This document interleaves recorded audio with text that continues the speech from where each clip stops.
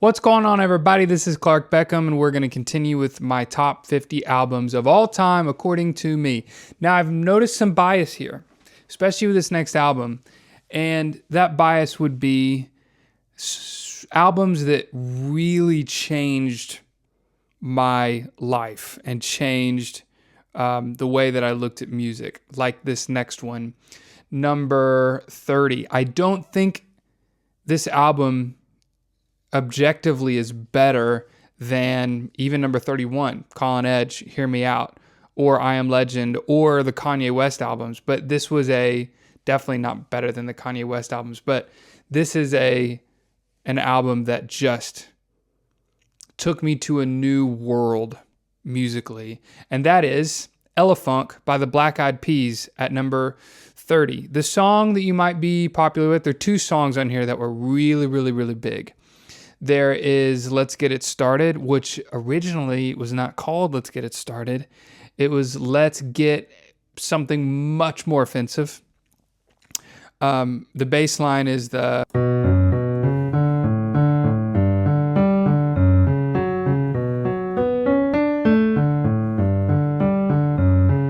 And then he's like, bass goes running,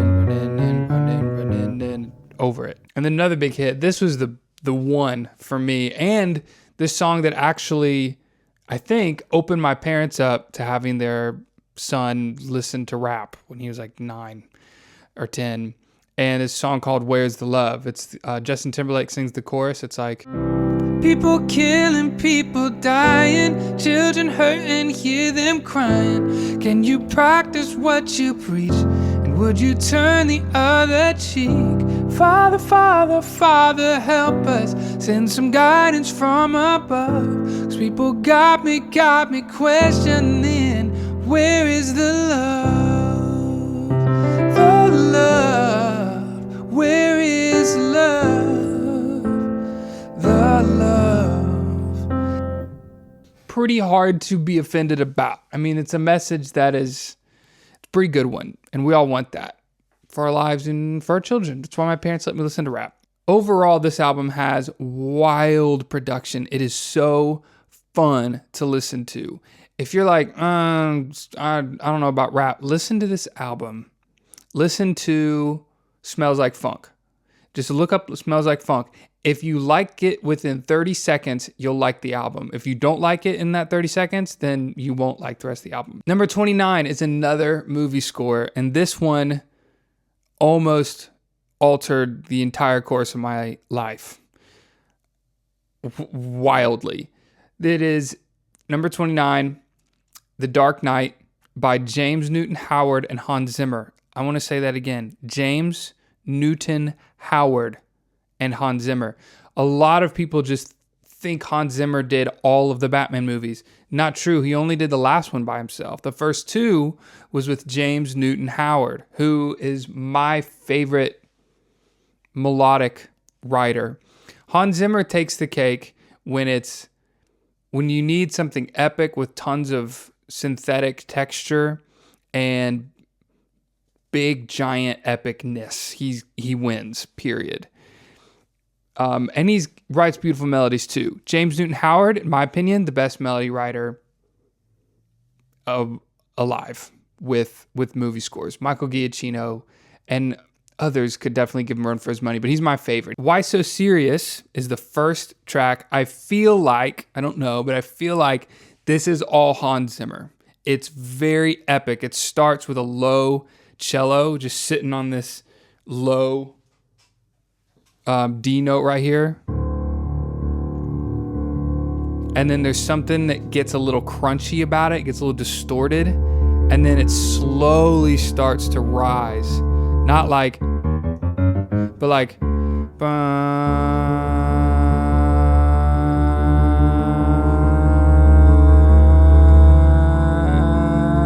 like that crunchiness starts to rise, which is so symbolic of the movie. There's something here, dark, about Gotham, and then there's a little crud going on, a little, and then with crime and with a villain, and then all of a sudden it starts to just not be a part of the dark, it starts to rise above what Gotham is, right? slow. It almost sounds like sounding the alarm under this low D note, which is so cool. And it finally gets here, and then it opens up and it goes, and then it stays right there in this C. And to me, that feels like I'm such a nerd. That feels like, okay, we're here, now let's pivot. How are we gonna actually get into a fight stance? How are we gonna handle this problem? You know what I mean? So then it's here, and then this actually stays. So it's, and then you have this clash of good and evil, in my opinion. And it's pretty remarkable what they do.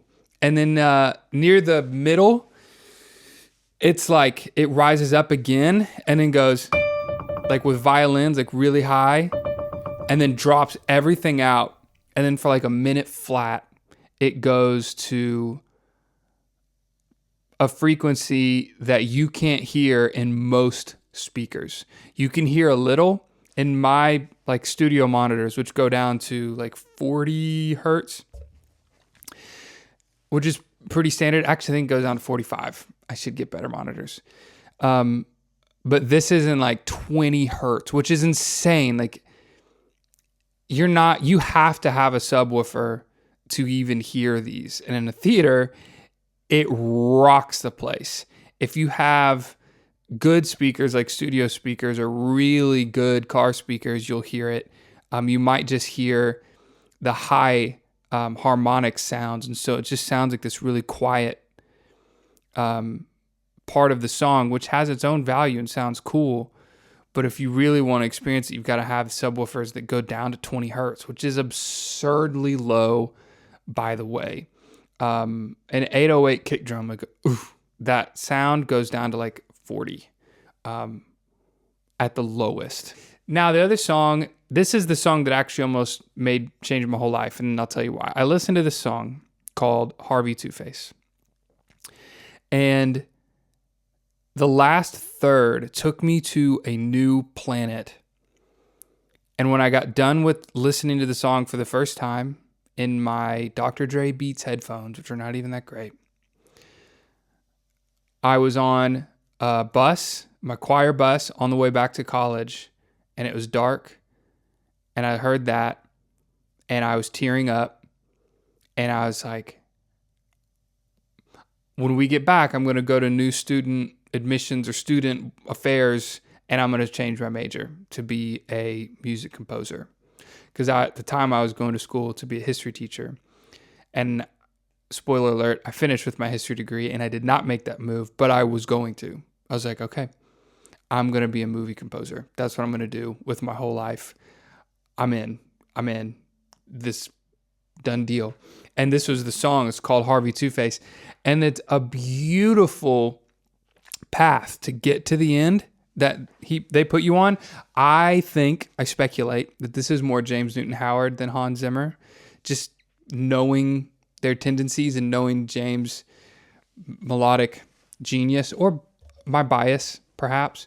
But this, I'll just set it up a little bit to when it ultimately releases into this beautiful move. I got to move the mic.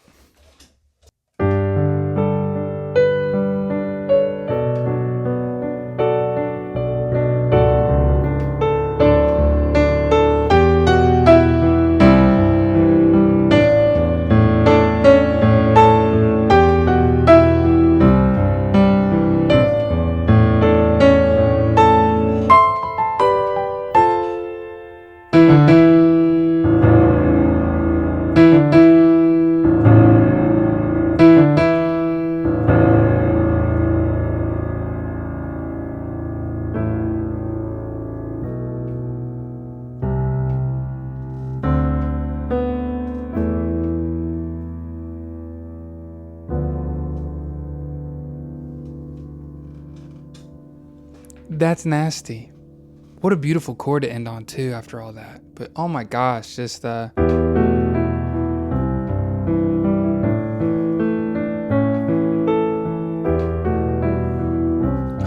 just melts me, dude. Ugh. And then just the ba Ba ba ba ba ba. Epic. Number 28 is a Christmas album, and I think it's the best Christmas album I've ever heard. And it's Leslie Odom Jr., Simply Christmas.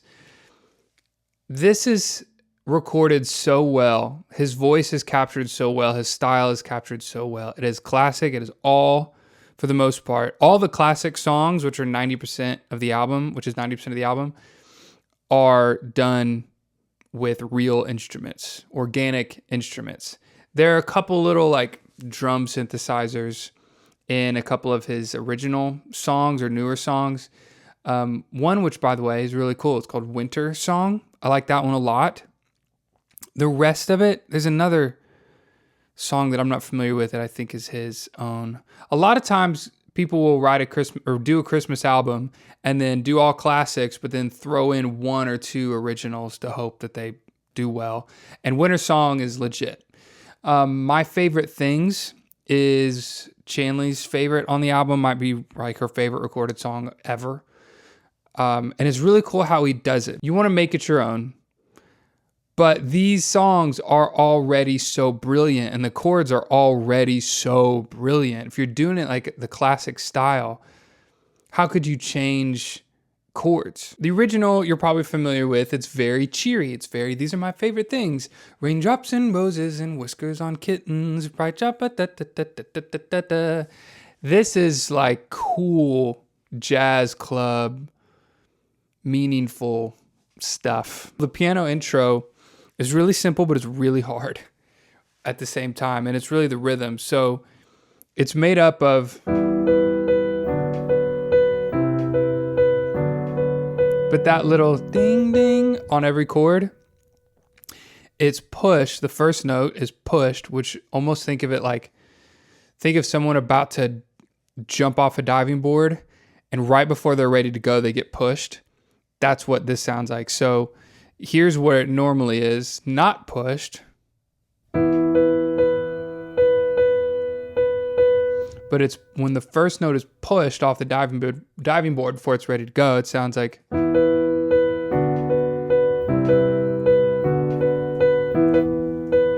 So the two notes are pushed every other time. So it's like this. That's a push. Right on there. Push. It's really hard to actually do and sing. So it's like. Raindrops and roses and. Oh, dang.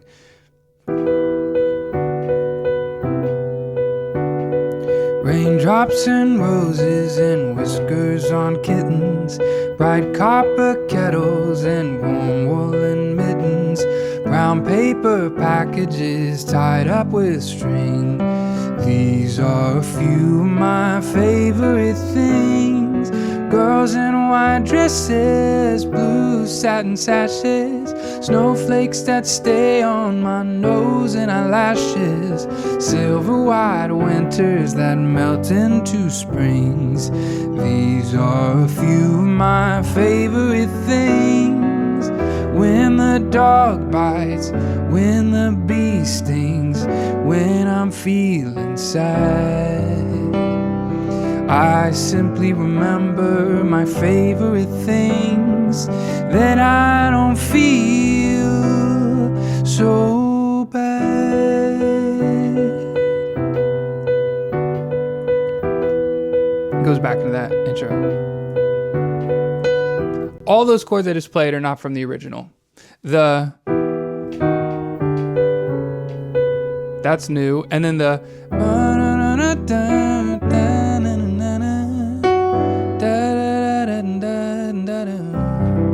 those are all new, and they're so fresh, and they serve the story of the song. And that's what a lot of times people get wrong when they're rearranging a song. They're rearranging it for rearrangement's sake instead of telling a different story with the chords. Number 27. This one is maybe the most palatable. You can't argue against it. Put headphones on and listen to the first song just from the top And I dare you not to feel really good. Anybody, any age, any genre, fans, doesn't matter. Anybody puts their headphones on, listens to the top of this album, the first intro through into the first song, there's no way that you're not feeling so good. This is Moonchild, and the album is Voyager. The whole album feels good. All of it. It's a no skip play, like great for an airplane or a car ride when everyone's like tired and just like relaxing and no one wants to talk and just listen to something good. This is the move. The Cure is my favorite on the album. The List is really popular. And my favorite production moment is a song called Doors Closing. And then the next one is called Runaway, but they go right into each other and it feels like the same song. But right from the top in Runaway does this nasty, just beat drop, jazz, techno thing. And it's really dope. The Cure, these chords for Moonchild, these are jazz people. I'll say jazz when I throw in like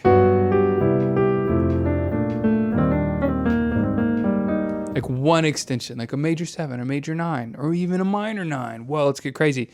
These guys, I read their chords and I have to just sit and think and take a lot of time to just put my fingers on the keyboard correctly. A lot of times I can just read charts and just play the chord that's right there. I've been doing that since I was like 12. Not the case with this. This is some complex stuff. For example, I've had my eyes on you for a while, and though it seems that the time isn't right, I know that you want the love that I have to give. Are you kidding me? Oh, let's try the chorus. I can show you that love. Nope, can't do it. Can't play it. You just gotta listen. Number 26 in our final album is Malibu by Anderson .Paak. People say Paak, people say Pack. There's a debate which one's right. He was asked in an interview and he says, I don't care, just as long as you pause after the name. And that's because he has a period after Pack or Paak. I say Paak because I heard one of his band members say Paak. He said he's been through a lot and something to the effect of, I just want you to think about my name when you say it. This dude fuses together genres that, in my understanding, have never been fused together in this way, ever. There is Jay Dilla, who is a hip-hop beat revolutionary.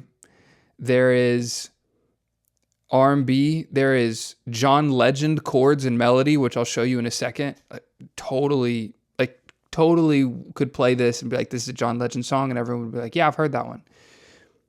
He's a drummer, so he actually played drums for Haley Reinhart for a long time before he became Anderson .Paak or Paak. He does a lot of really unique things. For example, he has Crazy Band, and there's a song called The Bird. It's the first song on the album, and the drums are like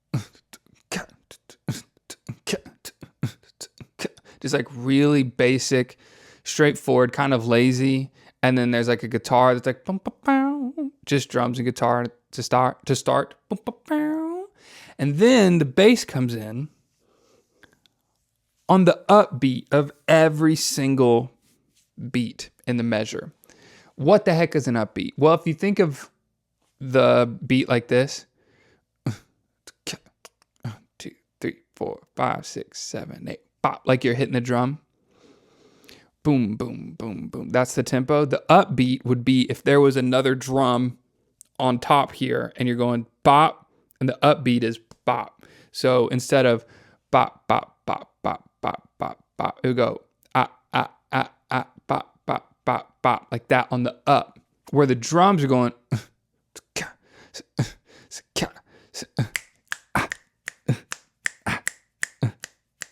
that would be the upbeat. It's really syncopated and weird and really hard. But the bass player, everyone else is playing on the downbeats. The bass player is playing boom, boom, boom, boom, boom, boom, boom, boom. Is playing on those upbeats the whole time. And it's freaking weird, but it works. and it sounds amazing. And I actually produced a song with, or he produced for me, Ron Avant, who's the MD and the keyboard player for Anderson. And he said when he suggested that, the band was like, you want to what? You want to do what with the bass? He's like, just do it. And they did it, and it freaking worked. But here's the song, just straight up, when I was telling you, like, this is a John Legend vibe. Listen to this. And it's about, I can only imagine, his life and the struggle and his family and generational patterns that he wants to break and is breaking and has broken. Listen to this. A bird with a word came to me, the sweetness of a honeycomb tree. Now a look was taking over me. I couldn't fake it if I wanted to. I had to wake up just to make it through. I got my patience and I'm making do. I learned my lesson from the ancient roots. I choose to follow what the greatest do. I'm repping for the longest cycle. My uncles had to pay the cost. My sister used to sing to Whitney. My mama caught the gambling bug. We came up in a lonely castle. My papa was behind them bars. We never had to want for nothing. Said all we ever need is love. We say the same things. We sing the same songs. We feel the same grief. We bleed the same blood. You grew up in the house beside me. I always had a friend to call. How could I make it here without you? I pray I leave before you're gone. A bird with a word came to me. Come on, dude. Break my heart. Break my heart. That is gorgeous stuff. And then the beat and like the syncopation's crazy. Whole album's like that. The whole album's like that. Let me give you a couple more songs. Heart Won't Stand a Chance gives you a good vibe of what he brings. One of those, if you listen to the first minute and don't like it, then don't worry about trying to like anything else. If you don't like that, you're not going to like anything he does. Am I Wrong feels like I'm a runway high fashion model down a catwalk. Like it's just that vibe, like glam photo shoot. That's what I would put on. If I ever wanted to be that or do that, this is the song for it. Waterfall is this beautiful, dreamy interlude, very just a short snack. Come Down is his most streamed song on the album, really groovy.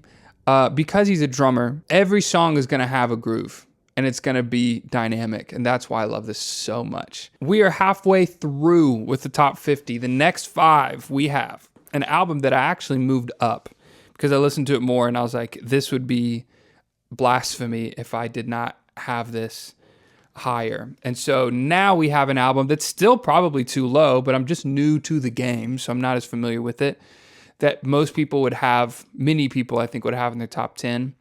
I've got at number 25, and then we have a friend of mine, and I'm not biased because I was a fan of his before I was a friend of his.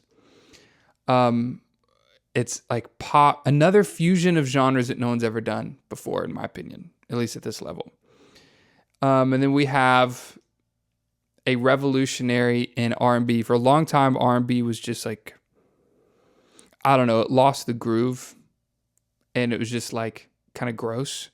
And this guy brought it back. Some people refer to him as the R&B Messiah.